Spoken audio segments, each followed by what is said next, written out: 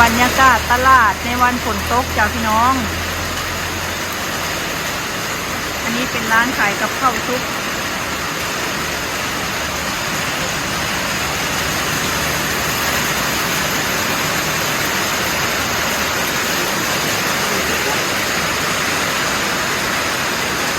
ร้านขายข้าวเปียกเฝอหรือว่าก๋วยเตี๋ยวจ้าพี่น้อง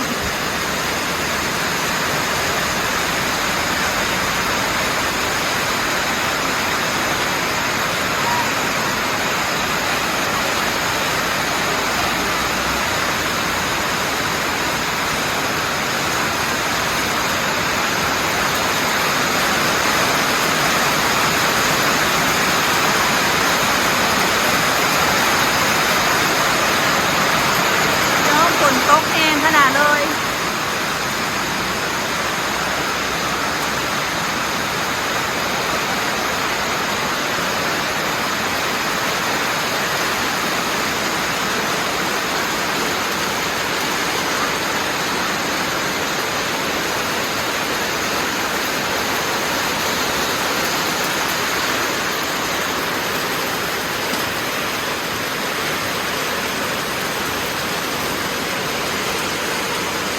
ขนมจ้าแล้วก็ข้าวปุ้นเป็นสุด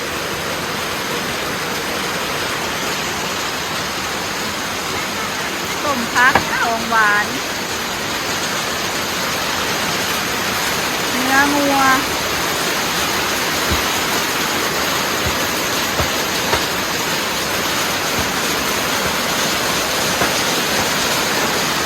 พี่น้องเห็ดพวก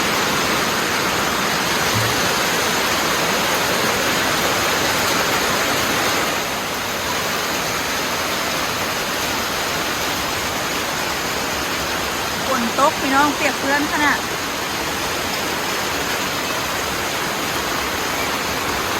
ปลา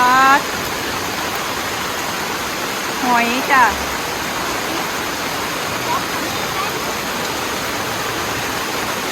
เห็ดละโงกเห็ดเพาะ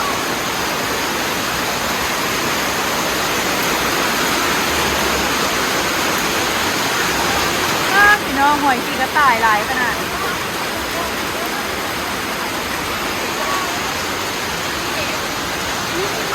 พี่น้องเห็ดขาว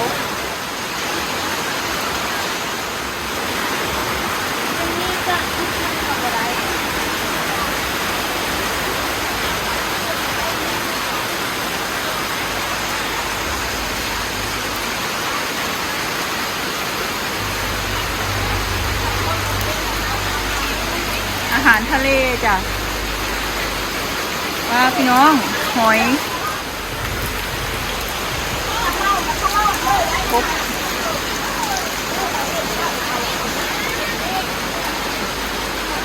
ปลาเขียดน้อยโดย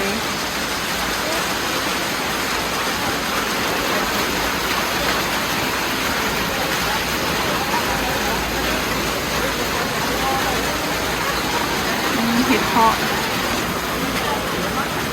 าะหนังจานเท่าไหร่แต่เรื่องอันนั้น50จานละ50พี่น้องจานละ50จานน้อยจานใหญ่จานละ100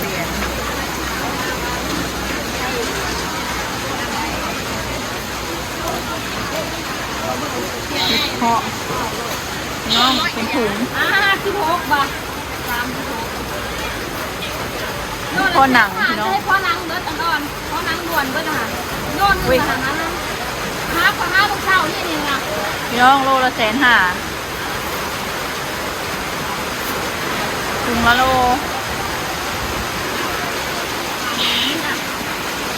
เยอะวันฮอนมัน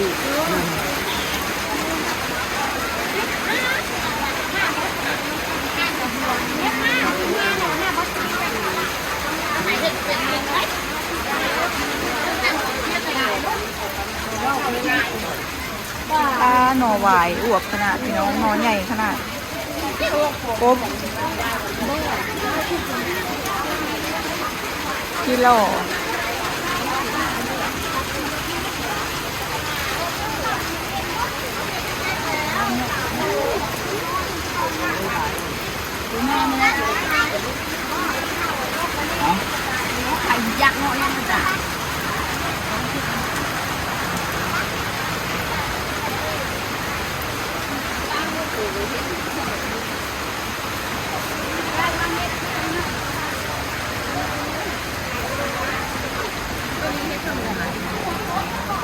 หวาน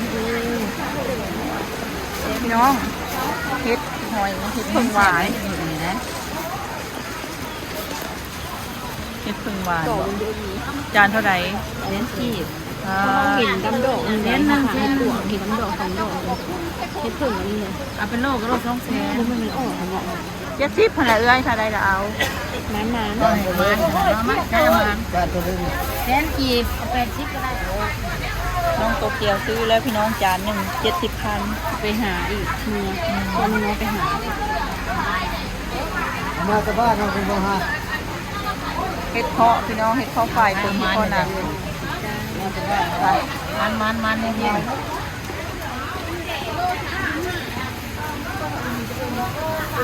อืม อันนี้บอกเรา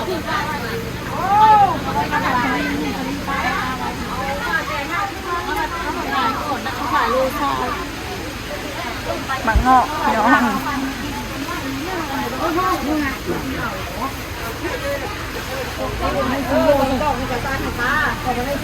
เห็ดเพาะ นี่ก็หนังว่ะ โลเท่าไหร่ เห็นหางไหมงามนะคะ เปลี่ยนหายเลย จะได้เงินอยู่บนมาดามเป็นเศษพิษเนาะ ขายเจ๊แล้วเห็นหางกันได้ มาลอกตาเป็นเศษเจ้า จะได้กันมา ฝนก็เศร้าแล้วพี่น้องเฮากะย่างเลาะตลาดที่เลาะออกแล้วเนาะบัดนี้ เราไม่ได้มาหรอวะว่าเราตายมาหอมบุญมาหน้าแล้วกับมือ เห็ดปวกเห็ดเพาะฝ้ายมะนาว โดดมันเสกไก่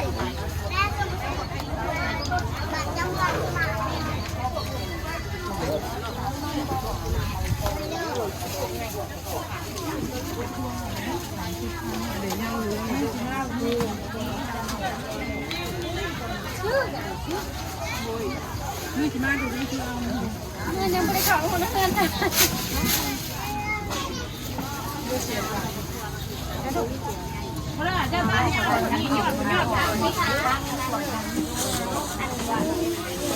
หน้าว่าถุงละ10,000เด้อหน้า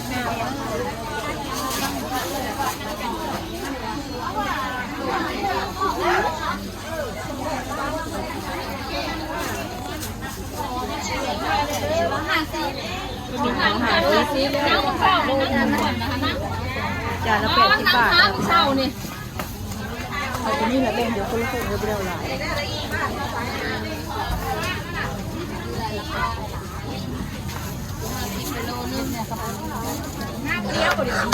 อ่ะ เนี่ยก็รู้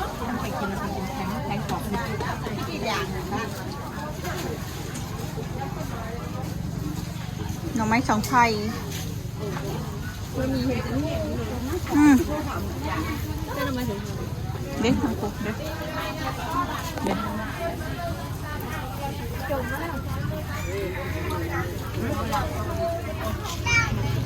ก็มีซื้อมะแขงจ้ะพี่น้อง10,000เป็นทงยาง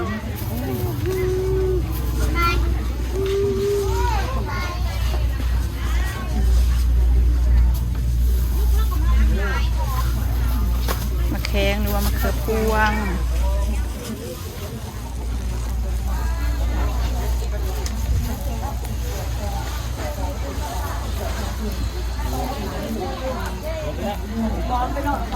ด้วยยานางแล้วพี่น้องทั้งก๋วยเตี๋ยวโอเค ก็มีข้าวปุ้นกินบ่เอามากินที่นั่น เรา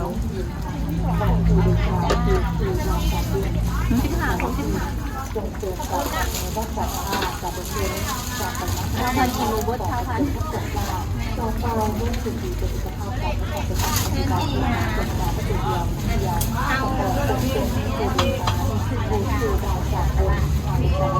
น่าจะถูกน้อยสิมากินปวดแทงเป็นคาเป็นติ๊กสะดุ้งในคาเป็นติ๊กสะดุ้ง สิบแท้สิบบาทหมดก็เป็นแต่ถ้วยไหมถ้วยใบหนึ่งเนื้อให้พอ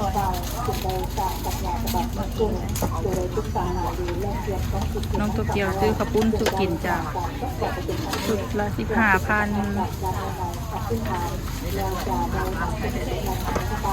พอแล้วส่วนสิบมาใช่ไหม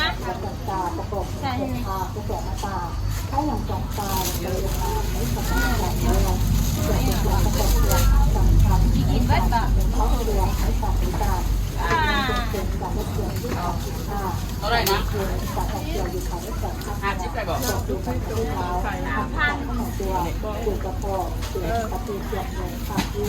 ส่งมาซ้อนลูก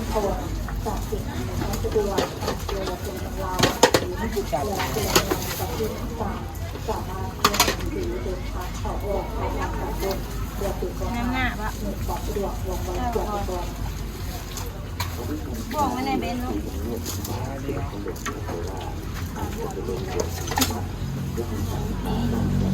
มากับพี่ฝนตกทำมาถึงหาเรื่องเงินทอนเนาะหนูมีเงินน้อยละเฮ้ยนี่บอกไม่ถูกอ่ะบอกเยอะจะบรรยากาศตรงนั้น มาฝนพี่ฝนตกไปเล่นในทอดตลาดเดินทางที่มีแถวนี้แหละแม่เลยเมื่อก่อนแล้วก็ขันยาว่าฝนตกร้านไม่งานส่งเลย มันเป็ดจี่เด้มันเป็ดทอด เอาบอกเป็นทอดเอาจ้าใช้กันจงนี่มันเจอมันลุกกันจงเลยบอกกิน